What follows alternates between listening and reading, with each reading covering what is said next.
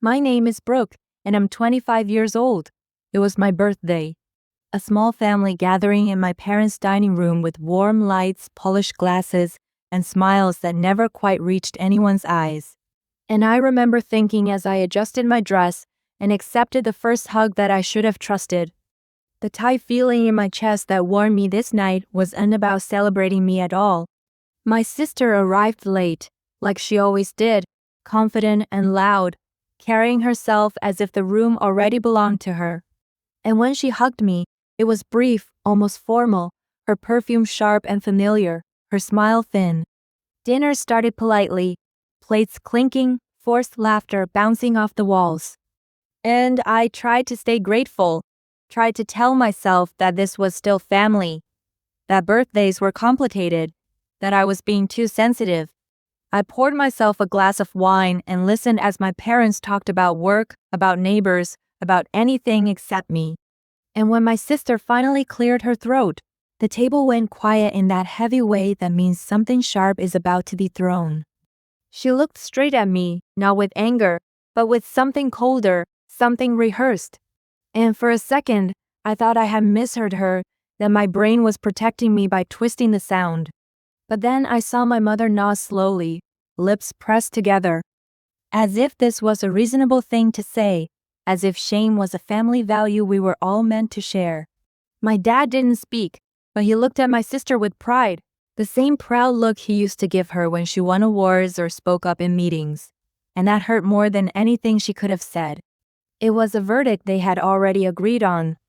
I just sat quietly holding my wine, feeling the stem slick between my fingers, my heart beating so loud I was sure everyone could hear it. And I stared at the tablecloth, because if I looked up, I might cry, and I refused to give them that. I thought about all the years I had carried that last name. All the times I had defended it, worked for it, tried to make it mean something good. And suddenly it felt like a costume they were ripping off me in front of everyone.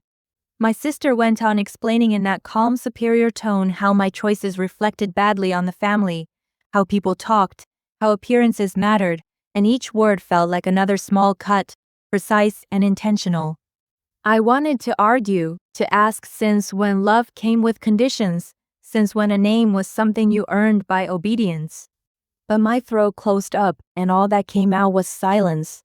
Around us, the room felt smaller, the walls listening, the candles flickering as if they were nervous too.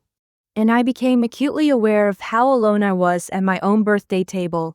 Then I noticed my grandmother sitting at the far end, quiet until now, her hands folded, her eyes fixed on my sister in a way that made me pause because there was something there I hadn't seen before. A stillness that wasn't weakness, a patience that felt earned. She pushed her chair back slowly, the legs scraping softly against the floor, and a sound cut through the tension like a blade. No one told her to sit down. No one dared interrupt, and as she stood, the room seemed to hold its breath. I could feel my sister stiffen, could see my mother glance nervously between them, and my father's proud expression wavered just a little. Grandma straightened steady despite her age, and I realized that whatever she was about to say mattered, that it carried weight the rest of us couldn't fake. She looked at me first, really looked at me, and in her eyes, I saw something I hadn't felt all evening. Recognition. Then she turned back to my sister. Her voice calm but unmistakably firm. And though she said only 2 words, the effect was immediate, like a switch flipping in the room, and my sister's face went pale. Or for the family story we had been telling ourselves for years. But in that moment, as my wine glass trembled slightly in my hand and my birthday candles burned low, I knew this night wasn't over, and that the shame they tried to place on me was about to be exposed for what it really was. Grandma's 2 words were, "Sit down," because authority doesn't shout when it knows it will be obeyed. And my sister froze like she'd been caught doing something she thought no one would challenge. Her confident posture collapsing as she slowly lowered herself back into her chair. Her face drained of color exactly like the moment promised on that thumbnail. My sister's face went pale, and the silence afterward was so thick it felt like it pressed against my ears. Grandma didn't sit back down herself, though. She stayed standing, hands resting on the table, eyes sharp and clear, and then she spoke again. This time more than 2 words, and every sentence landed exactly where it needed to. She said she had watched this family for decades. Watched pride turn into cruelty and standards turn into weapons. And she said she was tired of seeing love handed out like a reward instead of given freely. She looked at my parents and asked them when they had decided that image mattered more than their own child. And my mom opened her mouth to respond, but no sound came out. Her nod from earlier, now looking small and ashamed instead of righteous. My dad tried to defend himself, saying he only wanted what was best for the family name. And that was when Grandma smiled sadly and said the family name meant nothing if it was used to crush the people who carried it.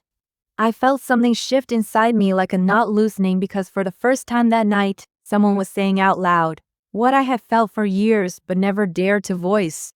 Grandma turned to me again and told everyone how I had helped her after my grandfather died. How I had shown up when no one else had time. How I had carried groceries, listened to stories, fixed small things without ever asking for praise. And each example made my sister sink lower in her chair because it painted a picture that didn't match the story she had just tried to sell. My parents looked stunned like they were seeing me for the first time. And I wondered how invisible I must have been for so long if it took this moment to notice. Grandma finished by saying that if anyone at this table should be ashamed, it wasn't the daughter who lived honestly, but the people who tried to rewrite her worth to protect their own egos. And with that, she finally sat down. The room exhaling all at once like it had been holding its breath the entire night.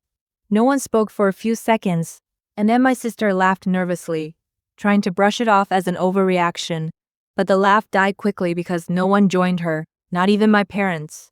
I took a sip of my wine, my hands steadier now, and realized I wasn't shaking anymore because something important had happened. The power had shifted. My mom finally apologized quietly without excuses, and my dad stared at his plate. I let the discomfort sit because it wasn't mine to fix. The rest of the evening unfolded awkwardly. Conversations forced, cake eaten without enthusiasm. And when it was time to leave, my sister avoided my eyes entirely, her earlier confidence nowhere to be found. Grandma hugged me last longer than anyone else and whispered that a name doesn't make a person, but a person can redefine a name. And I carried those words with me as I stepped out into the cool night air, feeling lighter than I had in years. That birthday didn't magically fix my family. And it didn't turn my sister into someone else overnight, but it did something more important. It reminded me that I didn't need their permission to belong to myself or to my own story. I went home knowing that whatever shame they tried to hand me was never really mine to carry. And that sometimes the quiet ones at the table are the strongest, waiting for the right moment to give their full story.